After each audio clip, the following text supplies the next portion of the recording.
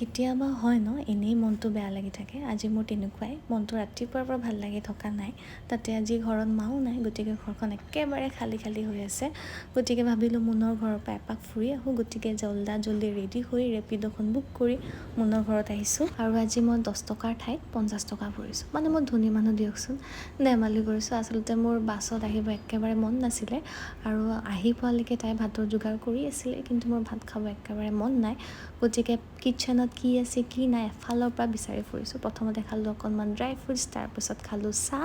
আৰু মোক দেখা পাই মাও আহিলে আৰু এই ফটোখন হৈছে মুনহঁতৰ প্ৰি ৱেডিঙৰ ইমান যে ভাল লাগে তাকে আপোনালোকক দেখুৱালোঁ আৰু তাইৰ ঘৰত আহিলে কি খাম কি নিব পাৰোঁ সেইটোৱে ভাবি থাকোঁ গতিকে আজি তাই নতুনকৈ চেম্পু আনিছিলে গতিকে মোৰ কাৰণে অকণমান পানী বটলতে ভৰাই লৈছোঁ 2 মাহলৈকে কাম চলি যাব আৰু মানে সৰু ভণ্টি যিহেতু অকণমানতো লুটিব লাগিবই ন ডাঙৰবোৰক তাৰপাছত খালোঁ আম মায়ে কাটি দিলে আৰু এতিয়া মই খাওঁ আজিলৈকে আহিছোঁ।